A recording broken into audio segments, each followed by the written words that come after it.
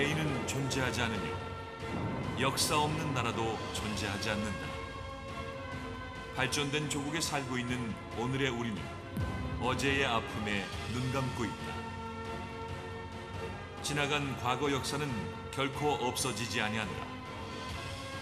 철학자 산타나의 말처럼 뼈아픈 과거를 기억하는 사람만이 과거를 되풀이하지 않는다.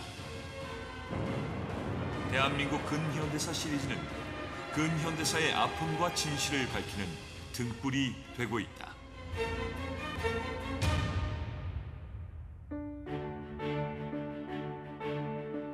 대한민국 근현대사 시리즈는 박윤식 목사가 편향된 현대사의 왜곡을 더 이상 방치할 수 없다는 생각에 저술한 총 4권의 책이다. 2011년 11월 5일 초판 인쇄를 시작으로 지금까지 80만 부 발행이라는 놀라운 기록을 세워나가고 있다. 나라를 걱정하는 성도들의 자발적 나누기 운동과 좌편향적 매체의 염증을 느낀 국민들의 관심과 호응이 가져온 결과다. 근현대사 시리즈는 현 세대가 체험하지 못한 구한말 이후 시대를 상세하게 밝히면서 무엇보다 공산주의가 개인과 민족에게 미치는 심각한 파괴력과 그에 따른 피해를 분명하게 보여주고 있다. 저자는 자라나는 세대에게 역사를 사실대로 전한다는 사명감으로 책을 집필했다고 말한다. 한자 한자 사실에 입각해 저술했고 사소한 오류에도 수만 부에 이르는 근현대사 시리즈의 포장을 벗겨가며 하나하나 수정하는 수고를 아끼지 않았다.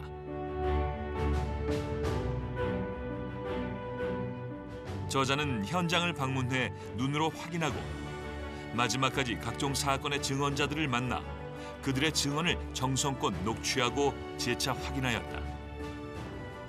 이를 통해 당시의 상황을 사실에 입각해 구성할 수 있었고 이는 근현대사 시리즈 서책에 고스란히 반영되었다. 현동이 소공동 정판사까지는 걸어서도 30분 걸린단 말이에요. 밖에 안 되는데. 예. 그날 밤 박낙종 정판사 사장은 김천 환금여관의 투숙에 가서 현장에 없었다 이랬는데 알리바리를 내세운 거죠. 부재증명. 조선공산당의 조선정판사 위조집회 사건 당시 민주일보 이혜복 기자. 총 33번의 공판에 모두 참석한 기자로서 위조집회 사건을 상세하고도 정확히 기억하고 있었고 사실관계를 확인해 주었다. 그러니까 4연대에서 14연대로 거듭하기 위해서 거기서 1948년 10월 19일 여수 14연대 반란 당시 연대본부 인사관이었던 김형훈 예비역 대령. 또 그다음에 장교들이 연대 내의 장교와 사병들의 인사 기록을 가장 정확하게 알고 있었고 특히 같은 사무실에 근무했던 반란 총사령관 지창수와 김지회, 홍순석 그리고 그 주변 인물까지 상세히 기억하고 있었다. 아니고 네. 뭐 지지하고 연설하니까 그러면 안 된단 말이야. 네. 우리가 인민군 위험만 해본 건 아니다. 여수 14연대 반란 당시 14연대 2대대 5중대장 박윤민 예비역 대령. 90세의 고령에도 불구하고 반란 당시의 상황과 동료와 선후배의 이름, 지리적 이동, 각종 에피소드를 증언해 주었다.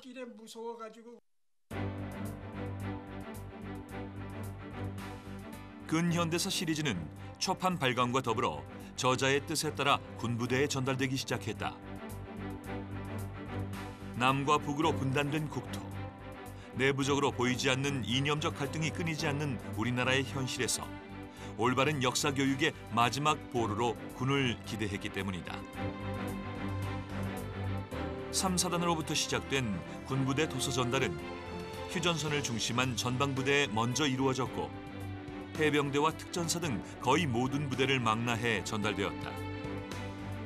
책이 전달된 부대마다 장교로부터 사병에 이르기까지 책 읽기가 진행됐고 책을 받고 읽은 모든 사단마다 올바른 역사의식이 자리 잡는 계기가 되었다. 소문에 소문이 나면서 필독도서로 지정하는 부대가 증가했고 독후감을 보내오는 장교와 사병도 줄을 이었다. 모 부대에서는 독후감 발표회를 개최하기도 했다. 우리나라는 현대사에 대한 청소년들의 심각한 무지와 무관심이 좌경화의 시작이 되고 있다. 그는 이러한 문제를 직면하여 심각한 어려움을 겪고 있었는데 근현대사 시리즈가 그 대안으로 떠오른 것이다.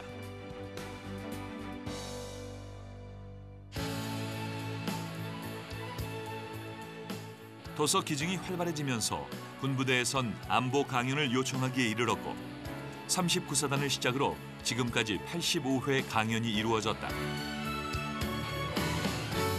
강연은 사병뿐 아니라 영관급 이상의 장교를 대상으로 중점적으로 이루어지고 있는데 이는 올바른 국가관과 이념을 고취하는 데 더욱 효과적이라는 판단 때문이다. 우리나라의 일제강점기와 6.25 전쟁은 대한민국 백성이라면 반드시 그 실상을 바로 알아야 하는 영원히 기억해야 할 역사적 이정표다. 암울했던 현대사의 안보 강연은 나라 없는 서름이 어떤 것인지 또 나라를 빼앗긴 비참함이 어느 정도인가를 일깨워 주었다.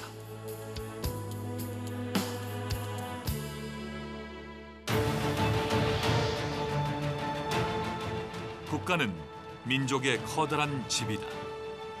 민족 대식구가 모여 사는 영원하고 광대한 집이다.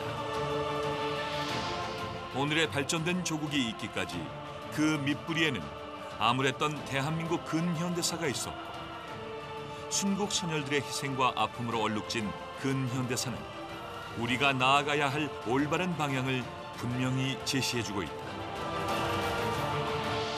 자주 국가로서 남에게 도움을 주는 나라. 전 세계에서 가장 으뜸가고 행복한 나라 대한민국.